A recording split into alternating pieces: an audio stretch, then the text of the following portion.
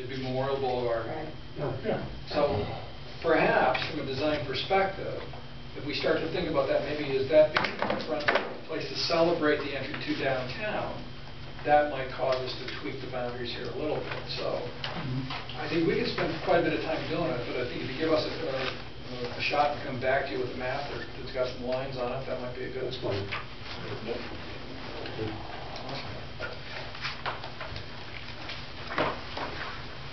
Also, just to compare and contrast, I just popped into my head and I've been thinking about it for a few days. If you think of, everyone knows Middletown, downtown Middletown. It's a very well-defined main street, probably one of the widest main streets in New England. Parallel parking. And if you say downtown Middletown, well, you know, we pretty much just walk up and down the sidewalk and we'll find you. Yep. It's like it's kind of like an old cliche street name like Main Street. Yeah. It's that kind of street that pops into my mind. We say Absolutely, parking and lots of different uses. And just want to throw it out there.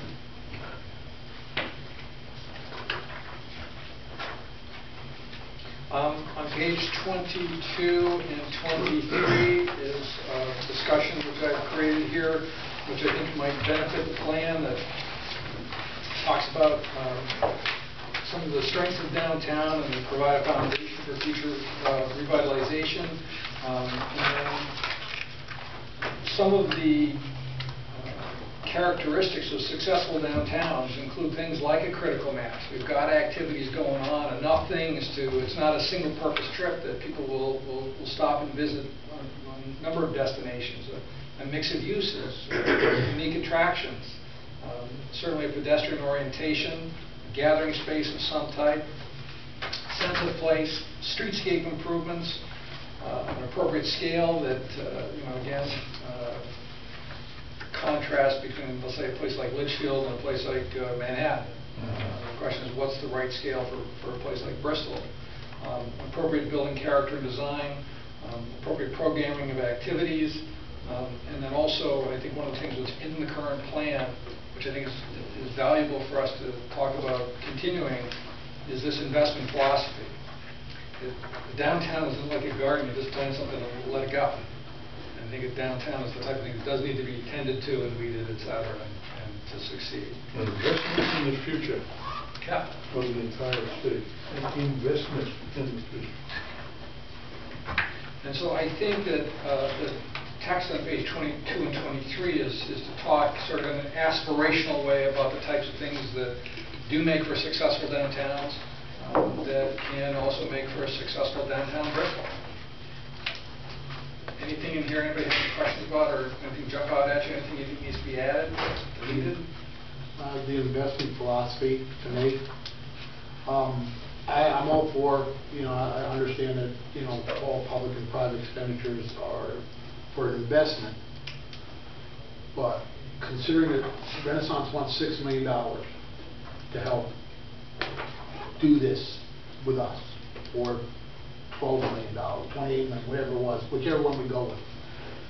We just did $60,000 marketing study.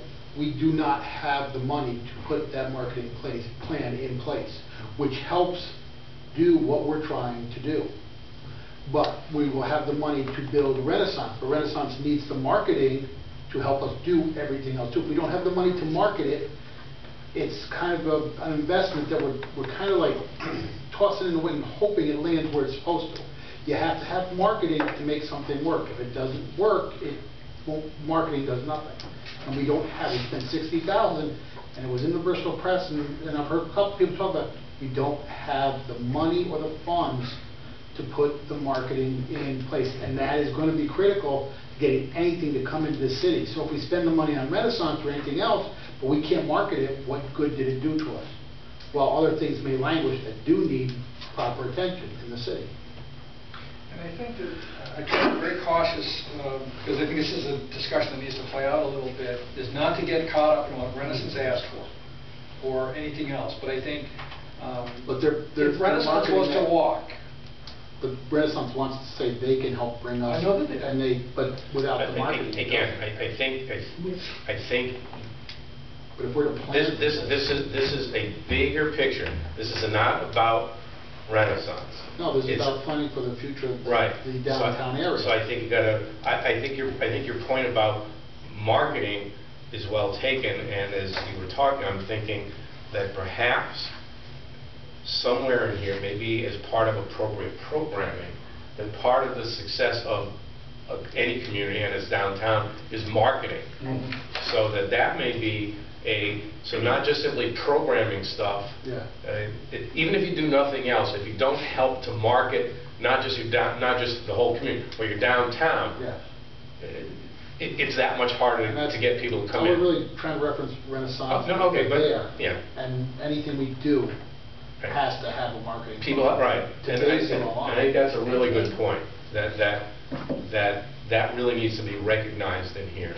That you can do all this stuff, but if people don't know about it, and you don't proactively market your community, market your downtown, it's that much harder to get people to come in and invest, or come in and shop and eat. So that's a good one. Marketing the entire downtown. Yeah. Yeah, everything we include in downtown has to be. No, that's Good point. a good one. Excellent. I feel good for the day now. No, that's We important. were talking about it at work today, Yeah. and I just thought it was funny that Renaissance is doing all this, and 3 Democratic councilors say it, but if we can't market the city with or without Renaissance, we're gonna just be kind of like not having to sail on ship and just kind of floating around, hoping something hits. And I think, you know, whether or not they're there, I think the city of Bristol has enough brains in this city to, whether or not Renaissance is in it, can still do the job. I don't think we really need to worry about that. We need to worry about whether or not Bristol's gonna float, whether they're here or not. Everybody cried when the departure left, and we eventually found our way with the ESPN. And we need to do the same thing here, with or without them. And the reason this text right now is highlighted in yellow is because I don't want to create a reactionary discussion to the Renaissance situation. I think the point I'm trying to get across, and maybe I just haven't found the words yet, is that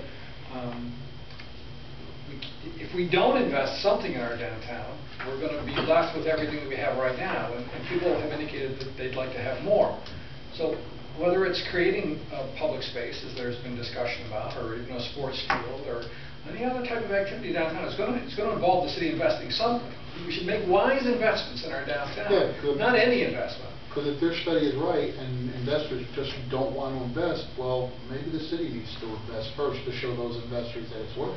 Yeah, and I think one of the points here, and it just speaks to the point you just made as well, is that the investment, and again, I think this is, I don't want to say it's been left vague, but I think it's left open-ended, that the investment may be something, I don't say simple, but you know, doing streetscape work, you know, which the city, that's an investment in downtown, and it may not always be that. So the investment may not be a direct monetary investment to the developer. It may be, you know, we're going to do the streetscape work, or we're going to, whatever it may be, that the city has to sort of enhance the potential for private developers to come in and develop. And what form that investment takes may differ from project to project, or the city may say, well, look, you know, we help set the table, we make the table prettier, we do the streetscape work, we do the landscaping work, we do all that stuff. That's our contribution. That may be it, but that's the kind, I think, but that's still an investment. Yeah. So I think what I'd like to do, if we recognize that some sort of public investment, even if it's just time or money, is going to be important, it seems to me that this paragraph needs to be expanded out a little bit to point about the fact that we're not saying any investment is appropriate, but that small investments to sort of nurture our downtown are going to be important to help it thrive. And not just monetary. Not just monetary. You might give, well, I don't know, you could say that by way of showing an example. Because if you leave it with investment, I guarantee you the first thing that comes into somebody's mind is, $150 billion on it. And that starts the economy directly going. I think good. That plus the fact that, well, again, reinforcing throughout this thing that we're talking about downtown, not one street, not one project, not one. I think a good example is we did Main Street with the streetscape, and now Barley Vine is doing well. Yeah. Places across there, you know, those are investments. Things like Absolutely. that Yeah. don't have to be, you know, huge amounts of money.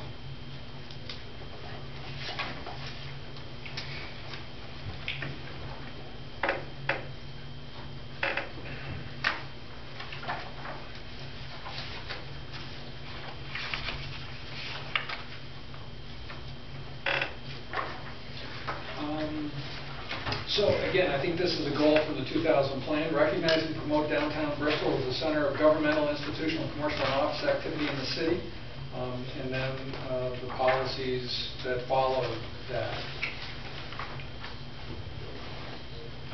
People come with the policy, the overall goal, excuse me, and then the policies that. And these are, again, if you have your 2000 plan, if you look on page 74, you'll notice that the first 11 of these policies were in the current plan.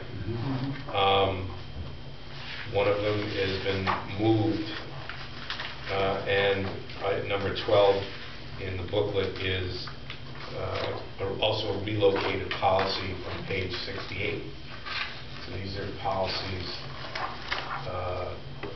that you had previously. Actually, I shouldn't say previously. You currently have in your plan.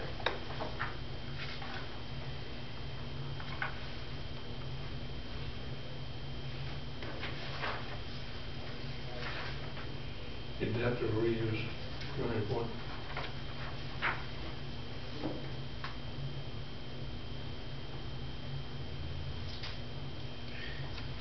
And if I might, one thing, and Glenn and Bob and I have talked about this previously, and it may be a little bit easier here, we're essentially largely revisiting existing goals, policies, and recommendations. But I think as you look at these and as we get into some of the newer ones, it may be helpful to look at these in two steps. One is, is what the goal or policy recommendation trying to accomplish something you buy into? Do you say that's a worthwhile policy? That is the end result what you're trying to accomplish, something you want to accomplish, or think the city should accomplish it? If you do, then the next question, the second question, really should be what's the level, or what should be the level of the city's involvement in making that happen? And that kind of goes back to the verb chart that Glenn had, that he gave everybody. So it's if you say that yes, we want downtown to be the center of governmental, institutional, commercial, and office activity in the city.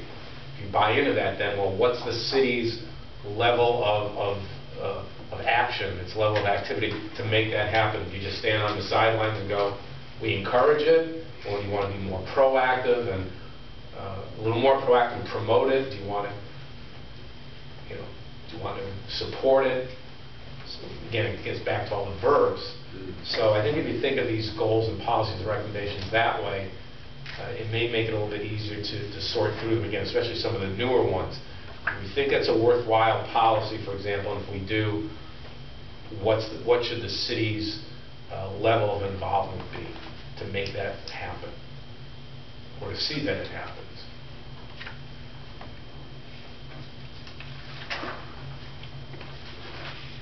We okay with 24? Number 12. I like that one. I was wondering if we could add the word safety to downtown Bristol in order to encourage safety and greater pedestrian movement. I know that they've been working on having police officers walk the beat down there, and I think that's important, especially in the neighborhoods adjacent. Okay. You wanted to encourage a safe environment. How about greater public movement. safety?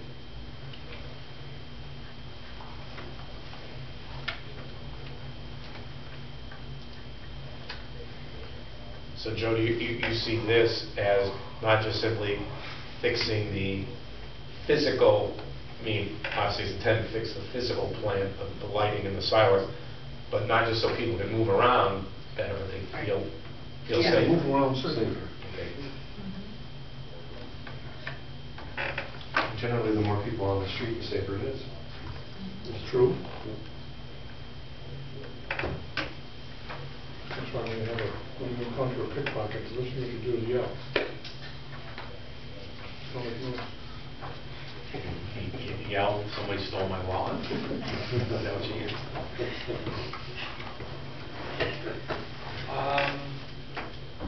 Anything else on 24?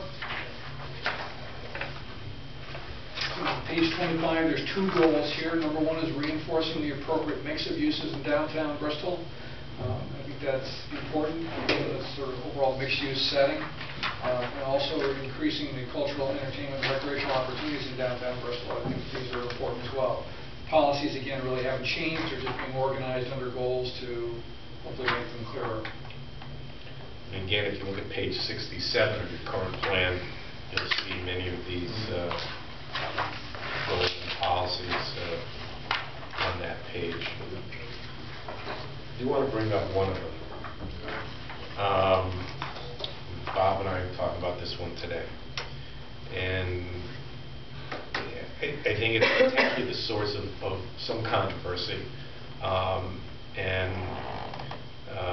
Let's just kind of put it out there. Under the goal at the top, policy number 18, encourage additional residential development in surrounding residential neighborhoods. And that's been, quite honestly, that's been a sore point on the part of some members of the public, with perhaps some degree of legitimacy.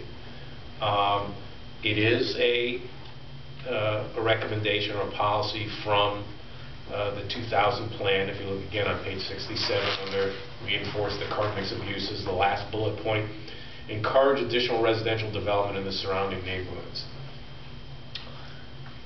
And it seemed to Bob and me, when we talked about this earlier today, that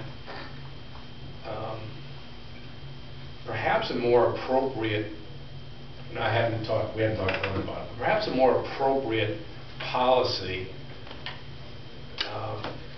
would be to promote the stabilization of the surrounding residential neighborhoods. Because I think that may be a bigger and more important issue. Somehow necessarily adding more dwelling units up on Federal Hill or in the West End or South End, like to what end? I'm not quite sure what purpose that serves. What appears to be a more important purpose is to stabilize these neighborhoods. Yeah. Now, coming out of that, I mean, that covers a multitude of possibilities. That may mean, in some places, encouraging rehab of existing buildings in these neighborhoods. In the most dire cases, it may mean demolishing buildings, if that's what it takes. In some instances, it might mean infill development. But really, the policy, it seemed to us, perhaps, is really stabilizing these neighborhoods, promoting the stabilization of these neighborhoods. Not just simply encouraging more residential development out there.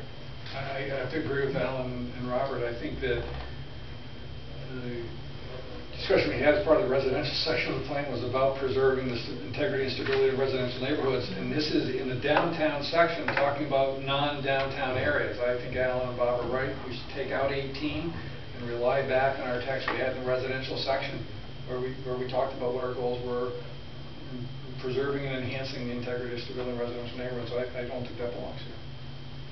You guys okay with that? no. I think you're going to ask the same question. It belongs here, I think. Well, in one instance, you get the whole city, and you're talking about residential. In another section, you've got the downtown area, but you're talking about stabilizing it, or recovery, or whatever we do with it or about it. so that it enhances the downtown area. If you follow what I'm saying. In other words, it may not especially happen right here in what we define as downtown, but it's close enough so it has an effect on it. So it behooves us to have it stable, and if there needs to be development of it, develop something, rather than, if that's an alternative. I mean, you could say, one of the things to say, when you just leave it as coverage of residential development, you're going to have so much development anyway. Residential development. Let me, if I But I think the neighborhood is important the neighborhoods are important to. Housing's important for downtown. Having housing in the downtown is That's important for the important. downtown. And housing adjacent to the downtown will help support the downtown. I think that's important as well. However, if trying to put housing into the adjacent areas to support the downtown creates instability in those neighborhoods, I would say let's hang back a little bit and be very careful there. So I think, to me, this is just a misplaced. That's not what I'm saying. Okay. I'm not sure what it is what you do to the neighborhood. I'm not saying just put housing there just because we got it downtown. I think maybe Al's approach was better. Maybe stabilization, which includes a lot of things, to the housing. let me try this, and I can see where we're disagreeing. My thought would be to remove item 18 as it's currently written, and in place of that, say, and I just reworded this a little bit, promote the stabilization of the residential neighborhoods surrounding the downtown. Now, I think if I'm understanding the line correctly, you don't feel that there should be any mention of this in this section. Maybe elsewhere, but not in this section. Is that correct, or am I try to think of user-friendliness of the document, and if the commissioner or somebody else later on is looking for a statement, if it's an area adjacent to the downtown, you wouldn't necessarily find it in the downtown section, you'd find it in the surrounding area. So my inclination would be to, not have something extraneous in this section. Okay. Downtown doesn't exist in a vacuum. So I think that the concept of the stability of the surrounding neighborhoods is important. But it shouldn't be here. Because here we're talking about downtown. My sense of organization of the document would be that we talked about it already in the residential section. We've got a whole goal for about preserving the integrity and stability of residential neighborhoods. Right. So we've said it there. I'm not sure it needs to be said again here. But if you think it's useful or valuable, I think we can go with it. No, I'd say put it someplace. I think even if it's somewhat repetitious in the residential section, and that's where the commission feels it should be, not here. I think it's worthy of having it in here because it's very specific. Couldn't we add it to 17 in a way of saying encourage the provision of new housing at appropriate locations in downtown while stabilizing the residential neighborhoods around Bristol? Downtown? You're repeating it like you suggested, but you're also including it that you want to put new housing into the downtown itself, but we want to try and stabilize and not let it grow too much into the neighborhoods around the downtown that are already there and are stabilized for the most part. They've got their density as far as they're going to go, I think. You really can't put too much on West Street or Jacob Street or any, with all due respect, unless Mayor Cocaine knocks down a couple more houses that are blighted, you're really not having any place to put anything in the surrounding areas. So you want to keep those stabilized, but you want to try and get apartments and things like that to work in the downtown that also offers other housing choices if you don't want to live in the surrounding areas. So you'll stabilize those with what's there, but you'll allow new growth within the downtown area. So one of the things that I've noticed with the current plan is that there were, for different things that came up that we had to vote on or reference the document, there was always more than one place that you could go and usually find some reference that would support your argument for or against something. So I think this is the same situation, so why not put a reference to chapter so-and-so, which is a residential, which then highlights some of the things we just talked about in residential. I think if I'm sort of reading between the lines, I think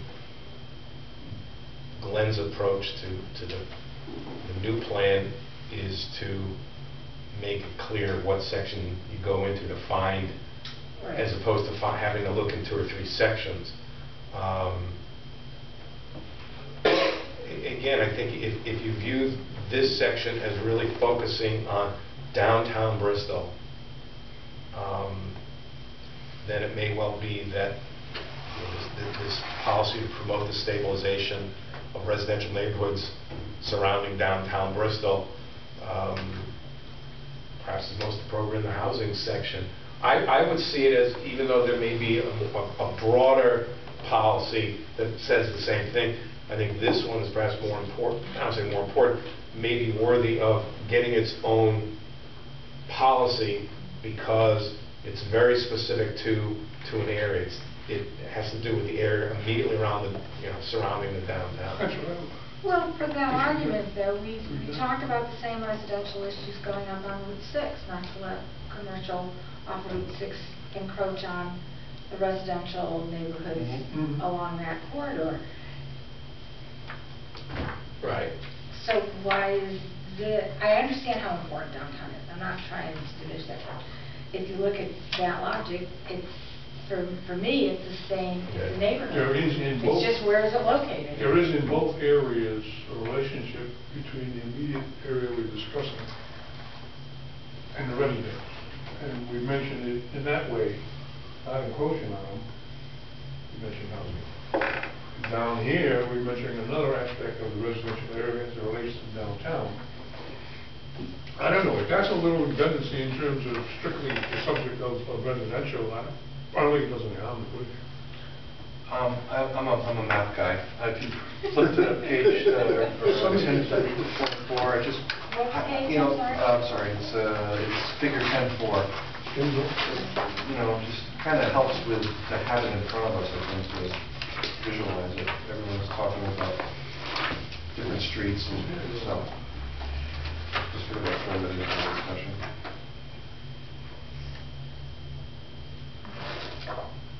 Glenn, do you anticipate I'm looking at the spot here, I guess I am. Do you anticipate a map like this in the new plan, or? The commission feels that it's important. Yeah.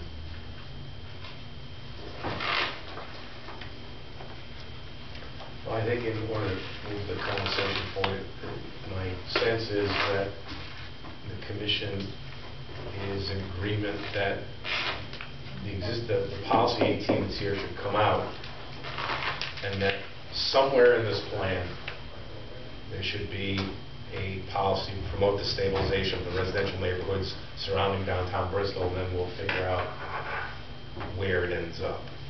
And then again, you guys get another crack at it, obviously. Yes, right. I think Glenn is right. If we're organizing this, have it in a housing section, and if we relate back to the downtown. So. Okay.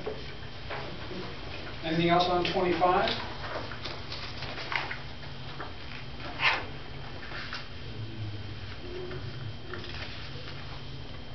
On page 26, the overall goals are address parking such that it meets the needs of the downtown but doesn't dominate the overall environment.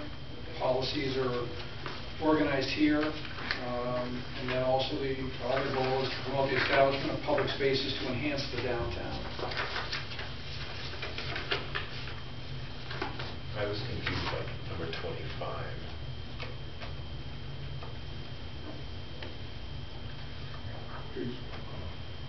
I think there's a number of situations in the city where on-street parking could be added. The street width today is actually wider than the traffic needs. So on-street parking can be added. It's one of the things that starts to humanize the downtown in terms of the availability of parking spaces. people's most treasured and valued parking is their parking space on the street right in front of them. So the challenge we sometimes have is that parking regulations since post-World War II have been written to require off-street parking, when in fact the parking that most people want and tends to make a downtown successful is on-the-street parking. So this is really just an opportunity to start to consider about how we might do this. Some communities that have grappled with this have said that an on-street space is worth more than an off-street space, because an off-street space is often dedicated to one property or use, but an on-street space is shared. So if we will get somebody to build an on-street space, it counts for 1.5 or 1.7 regular spaces. So it's just a challenge here in a sense to start thinking about whether or not there's ways that we might modify or enhance the streetscape and get these parking spaces in. I guess part of what confused me is on-street parking being provided by developers. I mean, their spaces in the public realm, the developer doesn't really provide those spaces. Well, so I understand the concept. I'm wondering if there's just another way to word this to emphasize the value, that perhaps the city needs to encourage the provision of more on-street parking. Some communities have managed to do this without having to make a public investment. Okay.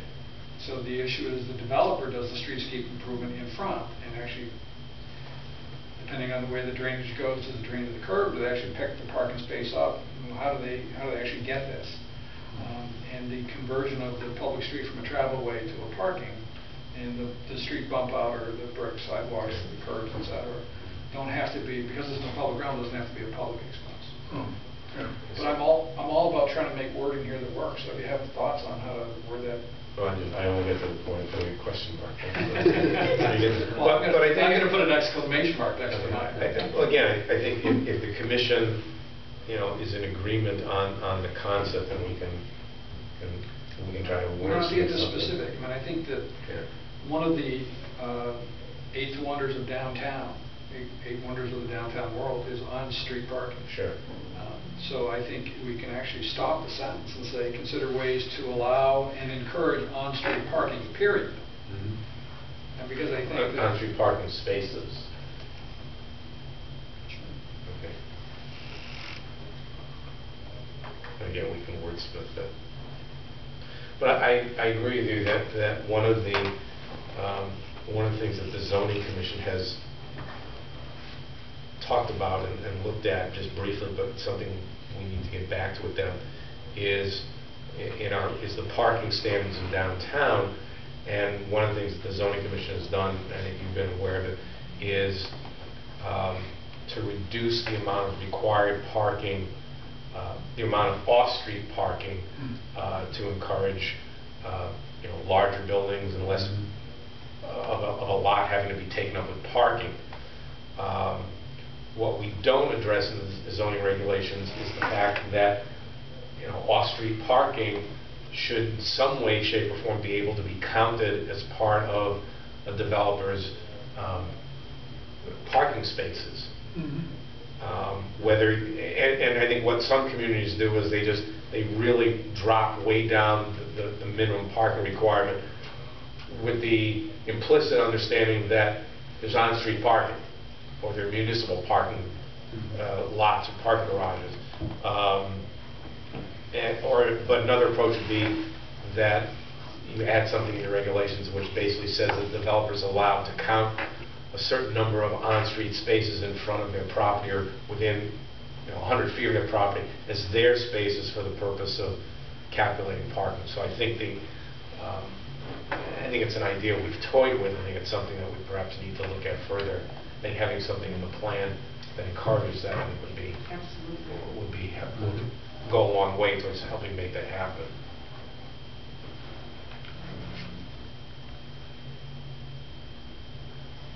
What is the fee in lieu of parking requirements? State statutes allow for developers to avoid installing the parking spaces on their own site against off-street parking requirements, provided they pay a fee into a fund which the municipality would collect and amass and typically then use to create public parking lots or public parking garages. So there's quite a bit of science that goes into this in terms of what that fee can or should be. Some communities are actually dirt cheap.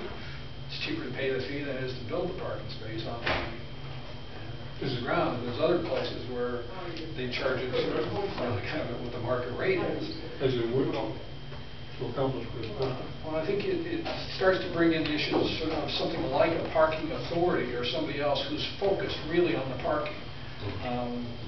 Without some type of organization in place to really kind of follow through with the parking provision, it can just become a fee that gets collected. And again, nurturing our downtown is a little bit like a garden. You got to weed it every once in a while, and you got to change what you planted and everything else. And I think parking is one of the things that's critical to a downtown. We'd all like to think that we're going to become pedestrian-oriented and pedestrian-friendly and transit, and it's not going to work. People are still going to want to get there and have it be convenient. So I think that... You got to get there first. Yes, you do. Well, someone made the observation, I think I probably used this joke once, that a pedestrian is somebody who's found a parking space. Well, yeah, if you assume that not everybody who falls in love with downtown is going to actually live in downtown. That's right. And You want to somehow that person has to find a way to get to town. I lived in New York for a lot of years, does not mean I want to visit New York City. I said I lived in New York for a lot of years, does not mean I want to go to New York City all the time. It's a nice place to visit, but I want to go home to peace and quiet. There you go. And so it's about choice. And I will tell you that we actually do have in the city's downtown zoning regulations, there is a fee in lieu of parking provision. It's voluntary, but it is there. And the city just simply isn't at a point in sort of its development cycle where developers are likely to take advantage of this. And it may be many, many years. It may be never. But it's, as long as there's enough on-street parking, and as long as I can provide the parking I need, as long as the parking that my customers need or my employees need can be provided on the street, on my property, sharing parking, there's not going to be any need to do this, to want to take advantage of fee in lieu of parking requirements. At the point at which this may be years, when the land becomes so valuable to develop that putting parking is taking up, revenue generating building space, developers are going to say, you know what, here's $100,000, here's whatever it is, I'm going to put up a big building, and my parking is, at some point the city will amass lots of money and will be able to use these fees and build a parking garage and build a municipal parking lot. But until then, developers aren't going to take advantage of it. One of my actuarial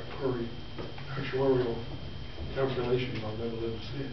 No, but it's a good tool to have because somebody may, I think if you made it a requirement, say you're going to get resistance, but I think as a voluntary tool, which is how we have it now. That would have to, like you say, the development cycle would have to be, demand would have to be such. Absolutely. At this point, they just stand in the line to come to the city. When it's more valuable to have a building sitting on part of my property than surface parking, that's Well, the investment outlook needs to change. I mean, West Hartford and Blueback, for example, basically took over the parking function because their long-term outlook was not a developer's return period. Their outlook was, the bonding period and longer, and their interest rates were lower. They bonded the construction of parking garages, and they get all the revenue. Now, they overbuilt the facilities at the beginning, but they also created the potential for additional buildings in the future, and they'll reap the benefit from that. So it does require a little bit of an investment philosophy to say, well, hang on a second here. Developers prefer not to build parking. We as the community could benefit from it. It's still cheap to do it. It could be, because again, the cost of borrowing for the city. So, again, I think it's the type of thing in here that is probably not ready today, but if we can plant the seed for something that hopefully we could achieve over the next 10 or 20 years, that'd be pretty awesome. And as parking garages go, that's a beautiful parking garage. And there's more than one. And last holiday season, we were up there on a Saturday night, and the computer broke, and everybody parked for free. Well, I'm not an advocate for that. Not for the sidebar. Anything else in terms on page 26? Just real quick, just a quick observation. I don't want to open up the can of worms and that comes with it. But and it's not really talked about here, and it's not an issue whose time has come yet. But it's the whole issue of free parking versus people paying for parking. And there's a rather well-known book in the planning community called The High Cost of Free Parking. And it's written by a guy named Donald Shoup, who is a professor at UCLA. And he makes a very good argument that free parking isn't free. And that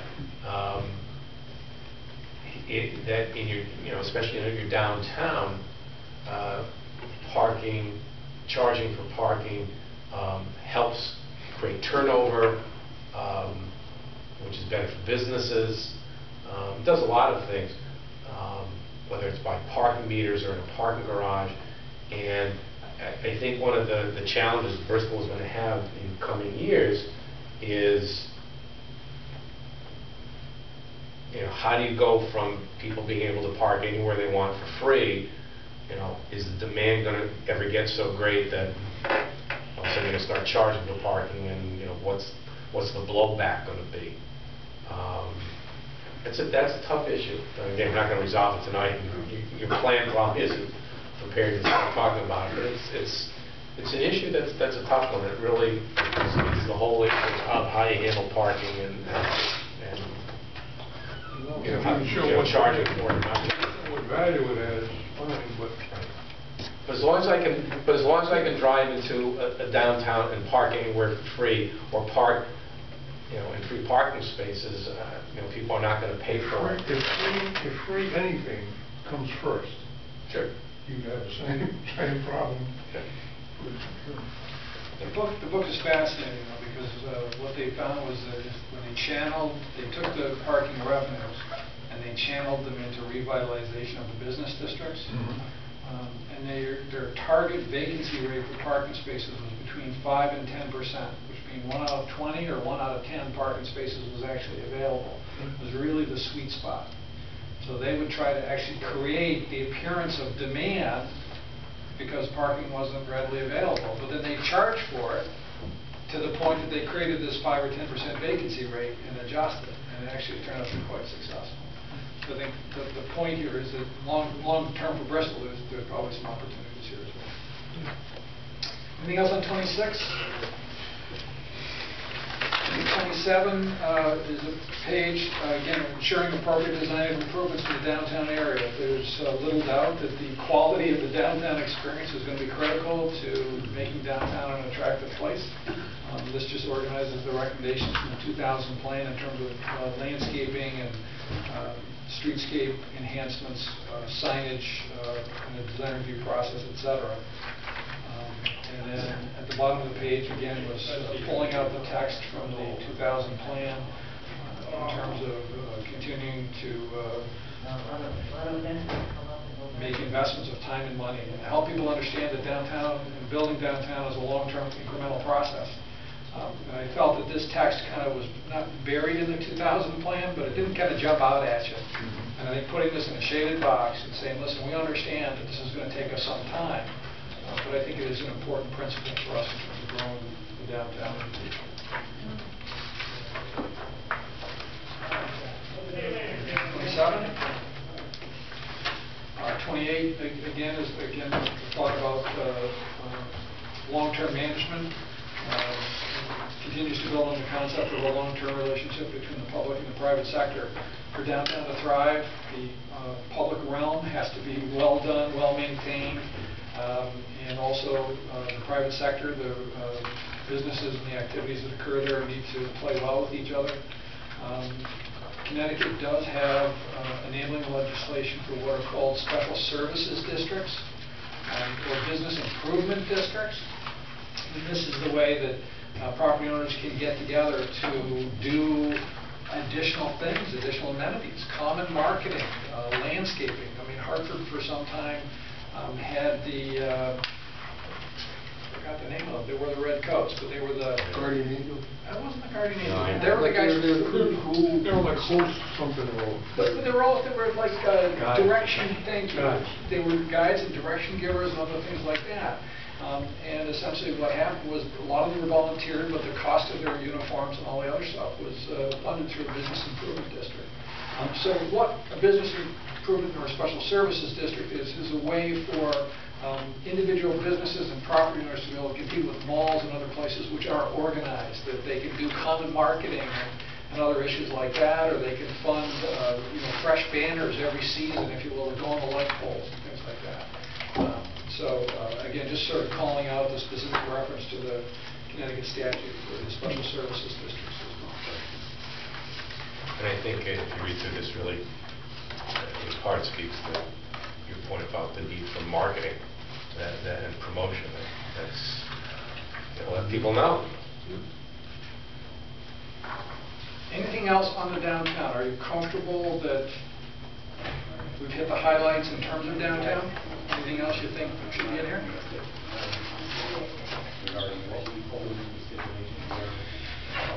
Moving on, the next 2 pages are about Forestville. The current plan really doesn't call out Forestville as sort of a special area. The Central Connecticut Regional Planning Agency, in conjunction with the students over at UConn, has conducted a study of Forestville. I've had a chance to look through the study. Forestville is interesting. It's gone through some significant changes over time, the first of which was caused by the 1955 flood.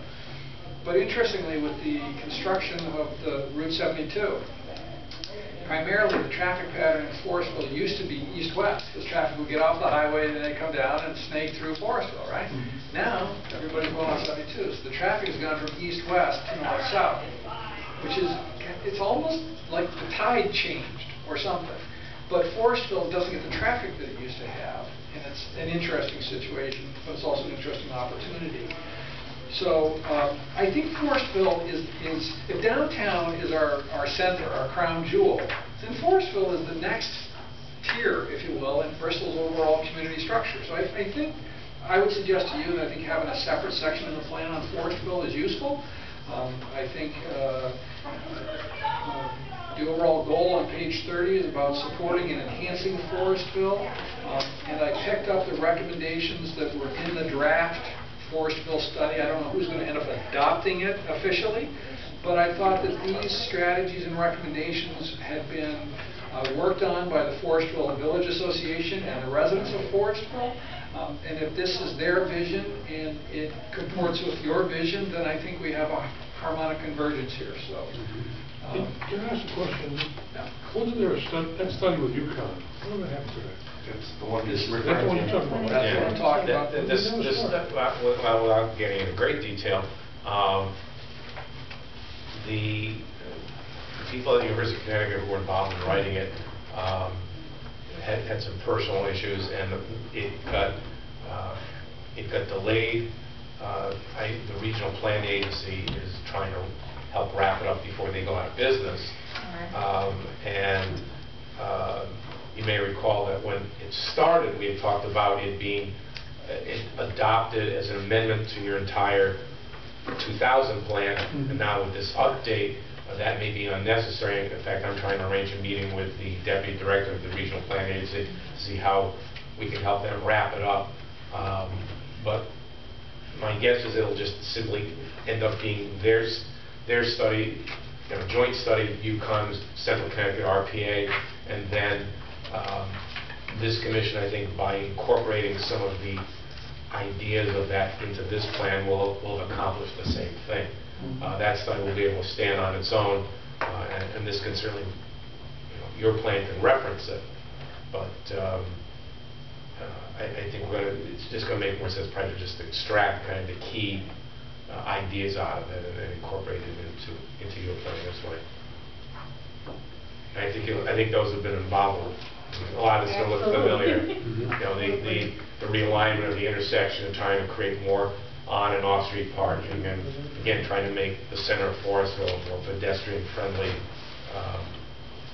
place than it is now.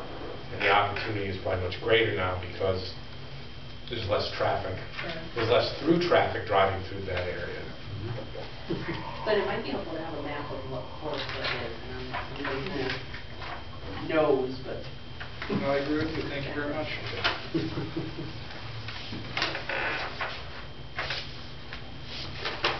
I think rather than try to get, as we were talking about, I think for downtown, having a sort of a map that really defines the boundaries for Forestville, I'm just kind of thinking of a kind of a circle on the map. I don't want to say that the boundary line falls between our two properties. I don't want to get that specific, but I think identifying where it is significant. Channels back. Yes. Anything else in terms of Forestville? I always thought Bristol would be like the gateway to Bristol, whereas Plymouth is the gateway to Litchfield. Forestville could be a preview of what you're going to find in a smaller scale. You go through Forestville if you're coming off 84. Going into Forestville, you see some of the shops, some of the businesses, things like that. You have the old industrial building that some of the people use for artist lofts and things like this. This could be a preview of what you're going to see once you get into the main part of Bristol, sort of a preview. It's small enough, it's mainly, except at certain times in the morning and the evening, and I go through it every day. The traffic still in the center at the Rotary area is still horrendous at times, but for the most part it is a fairly pedestrian area, and it could be a very good way to get things started.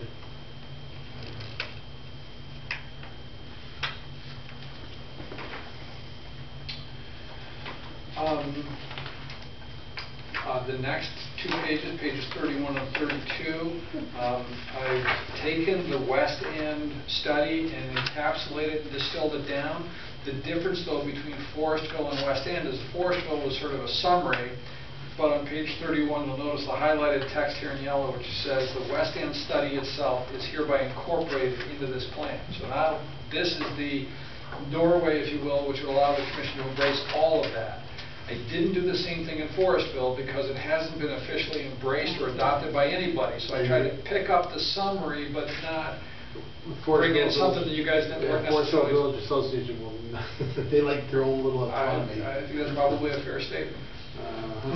So, but there is a fundamental difference, and you'll notice. You're right, because one got voted on and adopted, Right. and then one didn't. And I'm not sure, again, with CCRPA and their situation, whether or not that's going to happen. But I think there's much good stuff in the Forestville study, so we can refer to it without being handcuffed by it. So I think this is just, again, meant to be sort of a summary of the West End study, the key recommendations, etc. Any thoughts here? On page 33 and 34, let me just jump ahead for a moment. Page 35 and 36 have to do with the Route 72 study. And again, we've got the highlighted text which says the Route 72 study is hereby incorporated into the Plan of Conservation and Development. But I backed up for a moment. I said, Route 72, there's no question it's a major road, but so is Route 6. And we don't have anything for Route 6. So I put in a section for Route 6, treated it a little bit like Forestville, where there really is no study. There's nothing for us to refer to. It's been a major road in Bristol's history from when the community was founded. And it has been a source of a location for a lot of business growth and development, et cetera, over the years. There are sporadic recommendations in the 2000 plan to the Route 6 corridor. On the top of page 34, I proposed a modest goal, which is managed development along Route 6, and pulled some of the recommendations out about the different portions of Route 6. The 2000 plan breaks out Route 6 as the eastern portion of route policy number 1, relates to the eastern portion of Route 6 from the Bristol-Farmington line to Burlington Avenue. And we talked there about the opportunity to use access management, require effective screening and buffers to adjacent residential uses, trying to improve the appearance and function of buildings and sites, potential conversion of properties in the corridor, and these, could be mapped if the commission wanted to. Policy number 2 relates to the section of Route 6 from Burlington Avenue to Federal Street. And the plan, the 2000 plan talks about that area as a transition area. Route 3 is from Federal Street to West Street as part of downtown, and then from West Street to the Bristol Plymouth line, the plan talks about retaining that as a neighborhood-oriented shopping area in existing business zones. So those are the policies we pretty much have in place today. And then at the bottom, I suggest for your consideration a recommendation about possibly undertaking a study of the Route 6 corridor, just as we did on Route 72. Because I think in that corridor, there's a lot of stuff going on. And it might not be a bad idea, and it might be something DOT or even planning agency, et cetera, might fund. Glenn, and the commission's aware, there is a major widening project that's going to be happening. Yeah. I don't know if the commission had any thoughts on that. If there could be a policy put into the document that addresses, obviously the plan that's happening now is going to happen. Yes, right. It's a bullet in the pre. Oh, I'm sorry. No, it's just mentioned. What's the timing on it? It's soon. They're acquiring the property now, and Yeah, probably. So I Start treated next it. year. I say probably start within the next year. So I treated it as kind of a done deal by the time we get done with the plan. So the bullet on the bottom of page 33 says, due to increasing traffic volumes and associated issues, the DOT is planning on widening Route 6 east of Carroll Drive, or east of Wake Street. So exactly when they get started, then, lo and behold, they'll probably start construction the day we adopt the plan. Is that okay? oh, yeah, no, that's fine. I just, wanted to just bring it to the commission's attention that, would the commission be in favor of further widening? Maybe that's, to rephrase my kind of Well, question. I'm not saying you should or shouldn't be, I'm just saying, further widening than is now, or further widening than future widening. What's Adding more lanes. What's the plan now? Well, you'd have to look at the map. It's kind of different in all sections, different sections, but I'm just throwing it out there. I know it's getting late, but I don't think there are any other plans right now There are for not. widening, but there's a couple of sections along Route 6 where it goes from 2-lane to 1-lane sections, and so people are playing the merge game.